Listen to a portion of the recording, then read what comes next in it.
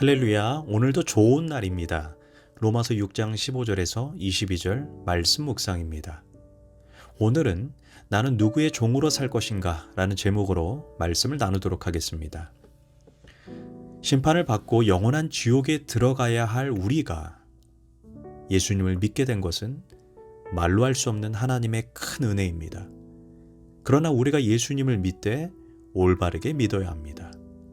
복음을 잘못 이해하면 십자가의 은혜로 모든 죄가 다 용서받았으니 죄를 지어도 괜찮다고 생각하기 쉽습니다. 왜냐하면 죄를 지으면 예수님이 또 용서해 주실 것이라고 간단하게 생각합니다. 그래서인지 회개를 해도 건성으로 회개합니다. 문제는 이렇게 생각하는 그리스도인들이 상당히 많다는 것입니다. 그래서 죄와 피 흘리기까지 싸우지 않습니다. 죄를 안 짓고 살려는 마음이 없습니다.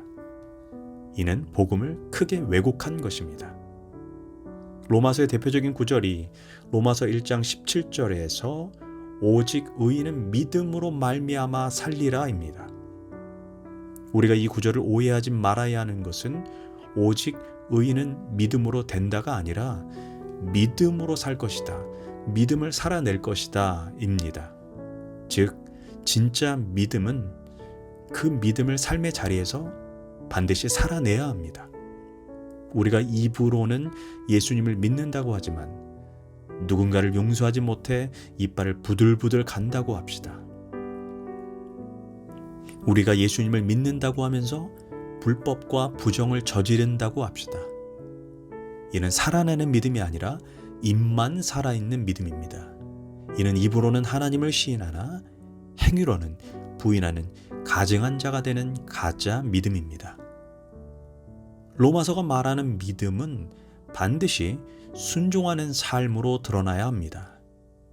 십자가의 은혜는 단지 우리의 죄를 뒤치다꺼리 해주는 그런 값싼 은혜, 값싼 복음이 아닙니다. 십자가의 복음은 우리가 더 이상 죄짓지 않고 하나님의 종으로 살게 하는 능력입니다.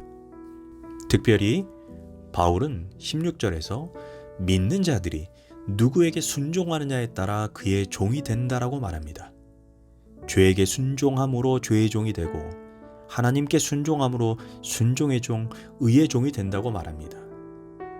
하지만 이제 예수님을 믿었으니까 죄를 지어도 여전히 나는 하나님의 자녀이고 죄를 지어도 천국에 간다고 생각하는 분들이 있을 수 있습니다. 그러나 16절에서 이렇게 말합니다. 너희가 죄의 종으로 살면 사망에 이르고 순종의 종으로 살면 의에 이르게 하나니라고 말합니다. 우리가 아무리 예수를 그리스도로 고백해도 여전히 죄의 종으로 살면 결국 우리를 기다리는 것은 영원한 사망이라는 것입니다. 그렇다면 예수님을 믿는 축복은 무엇일까요? 우리가 전에는 어쩔 수 없이 죄의 종노릇하며 살 수밖에 없었습니다. 그러나 이제는 예수님을 믿을 때 성령님께서 우리 안에 오셔서 우리가 순종의 종, 의의 종이 되도록 도와주신다는 것입니다. 그러나 우리가 놓치지 말아야 하는 것은 그 성령님은 인격적인 분이십니다.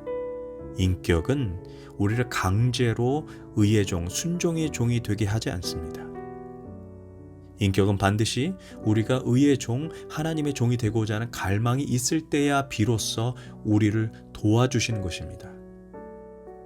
로마서 6장 19절은 말합니다. 전에 너희가 너희 지체를 부정과 불법에 내주어 불법에 이른 것 같이 이제는 너희 지체를 의에게 종으로 내주어 거룩함에 이르라. 여기에서 주목해야 할 단어가 내준다라는 단어입니다. 우리가 전에는 자신을 부정과 불법에 내주었지만 이제는 의에게 자신을 내주어 거룩함을 이루라는 것입니다. 여기에서 부정과 불법에 내주는 것도 내가 하는 것이고 반대로 의의 성령님께 자신을 내주는 것도 내가 하는 것입니다.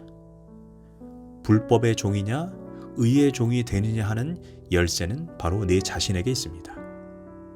우리가 쾌락에 빠지고 안 빠지고는 내가 결정하는 것입니다. 내가 술집에 가는 것이지 끌려가는 것이 아닙니다. 우리가 예배에 참석하고 안 하고는 내가 결정하는 것입니다. 우리 인생이 이제부터 누구에게 순종하느냐, 다시 말해 평생 죄의 종노릇하며 살 것인가, 아니면 하나님의 종으로 살 것인가, 나의 결정에 따라 성령님이 도와주실 수 있는 것입니다. 특별히 17절과 18절에서 죄의 종이었던 우리가 의의 종으로 되는 방법을 말해줍니다. 그 방법이 바로 마음의 변화가 있어야 한다고 말합니다. 너희가 본래 죄의 종이더니 너희에게 전하여 준 바 교훈의 본을 마음으로 순종하여 죄로부터 해방되어 의에게 종이 되었느니라. 여기에서 우리가 한 가지 질문이 생깁니다. 우리가 우리의 마음을 바꾸기만 하면 저절로 죄의 종에서 의의 종이 되는데, 그렇다면 십자가는 왜 있을까요? 그 이유는 우리가 죄의 종이었을 때는 아무리 마음으로 원해도 죄에서 벗어날 길이 없었습니다. 죄를 안 짓고 살고 싶어도 죄를 안 지을 능력이 없는 존재였습니다. 그래서 예수님께서 십자가에 달려 죽으신 것입니다. 우리 옛사람도 십자가에서 함께 죽었기 때문에 우리가 죄의 종노릇에서 해방되어 자유하게 된 것입니다. 문제는 이렇게 죄에서 자유한 자가 되면 끝난 것입니까? 아닙니다. 이제는 자유하게 된 마음으로 결단해야 합니다. 육신을 따라서 여전히 죄의 종노릇하며 살 것인지, 아니면 성령의 도우심을 받아 하나님의 종으로 살 것인지를 결단해야 합니다. 물론 과거에는 죄의 종으로 살 길밖에 없었습니다. 그러나 이제는 성령님이 우리 안에 사시기에 우리가 하나님의 종 되고자 갈망하면 성령님께서 하나님의 뜻대로 살 수 있도록 우리를 도와주시는 것입니다. 그러나 반대로 우리가 여전히 육신을 따라 살고 본능대로 살려고 하면 우리는 다시 죄의 종노릇하게 되는 것입니다. 많은 그리스도인들이 구원받고도 여전히 죄의 종노릇하는 이유가 있습니다. 자신의 마음이 하나님의 종되기를 원하지 않고 육신의 욕망대로 살기를 원하기 때문입니다. 십자가의 은혜로 구원받고도 마음이 육신을 따라가고 죄를 원하고 세상 욕망을 추구하기 때문입니다. 우리가 결단하지 않으면 여전히 죄의 종으로 살아가는 것입니다. 그리고 그 마지막은 결국 사망입니다. 특별히 22절은 구원받은 자녀의 4단계의 삶의 과정을 말해줍니다. 그러나 이제는 너희가 죄로부터 해방되고 하나님께 종이 되어 거룩함에 이르는 열매를 맺었으니 그 마지막은 영생이라. 여기서 첫 번째 단계가 죄에서 해방받는 것이고, 두 번째는 하나님의 종이 되는 결단이고, 세 번째는 거룩함의 열매를 맺는 것이고, 네 번째가 영원한 생명입니다. 예수님을 믿으면 반드시 이 4단계를 거쳐야 합니다. 그런데 첫 번째 단계인 죄에서 해방을 받고 바로 4번째 단계인 영원한 생명으로 간다고 생각하는 이들이 많이 있습니다. 그러면 두 번째, 세 번째 단계는 어디로 갔습니까? 그 사이에 반드시 우리가 하나님이 종이 되고자 하는 결단과 그리고 거룩함에 이르는 삶의 열매가 반드시 있어야 합니다. 이 두 단계 없이 영원한 생명으로 가는 것이 아닙니다. 그래서 사탄은 끊임없이 우리가 하나님의 종으로 살지 못하고 거룩한 삶의 열매를 맺지 못하도록 끊임없이 우리를 유혹하고 공격할 것입니다. 죄가 우리 마음에서 이리 와, 나를 따라와라, 그렇게 유혹할 것입니다. 그럴 때 우리는 담대하게 호통쳐야 합니다. 너는 누구냐? 예수의 이름으로 명령하노니 내게서 떠나갈지어다. 그런 후에 성령님, 저는 연약합니다. 내가 말씀대로 살 수 있도록, 죄를 이길 수 있도록 저를 도와주시옵소서.